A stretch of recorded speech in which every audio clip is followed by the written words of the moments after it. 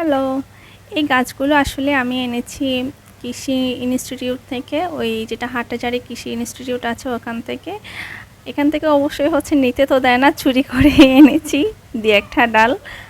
আমার পত্তলিকা ভীষণ পছন্দের, খুব বেশি ভালো লাগে। অনেকগুলো কালার এনেছি, একটা টবে রোপণ করেছি, খুব ভালো লাগে। প্রতিদিন এক এক রকম ফুল ফুটে, অনেক সময় সব ফুলই একসাথে ফুটে। এটা বেলি ফুল। এটা কিনেছিলাম যখন, তখন গাছটা মরমর অবস্থা। প্রতিদিন তবুও বুকে আশা নিয়ে প্রতিদিন পানি দিতাম। তখন খুব সুন্দর ঢালপালা গজিয়ে গেছে, মানে মরা গাছ থেকে জীবিত হয়ে উঠছে। ঠিক তেমনি আমাদের জীবনেও অনেক কিছু আমি মিল পাই।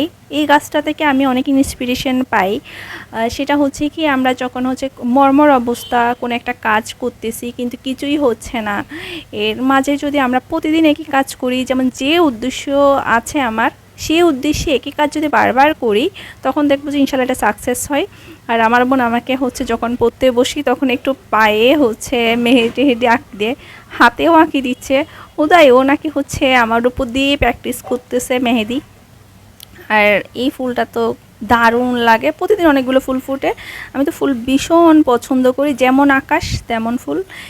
আমার বোন বসে বসে প্র্যাকটিস করতেছে মেহেদি। আমার হাসি পাচ্ছে ওর অবস্থা দেখে, ও নাকি আর্টিস্ট ডিজাইনার হবে, মেহেদি আর্টিস্ট। তারপর আমি একটা অয়েল তৈরি করেছি, যেহেতু আমার চুলগুলো পেকে যাচ্ছে। চুলের অবস্থা খুব খারাপ, যেহেতু আমি স্ট্রেট এবং কালার দুটোই করেছিলাম। আপনারা যদি চাইলে আমি এই হোমমেড তেলের আমার উপকরণগুলো শেয়ার করব পরে।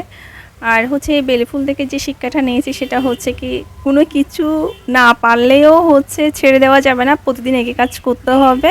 এই গাছটাই আমি একই কাজ করতাম, গাছ মরে গেছে, ওটাতে প্রতিদিন পানি দিতাম। এখন আল্লাহর রহমতে অনেক সুন্দর, অনেক বড় হয়েছে।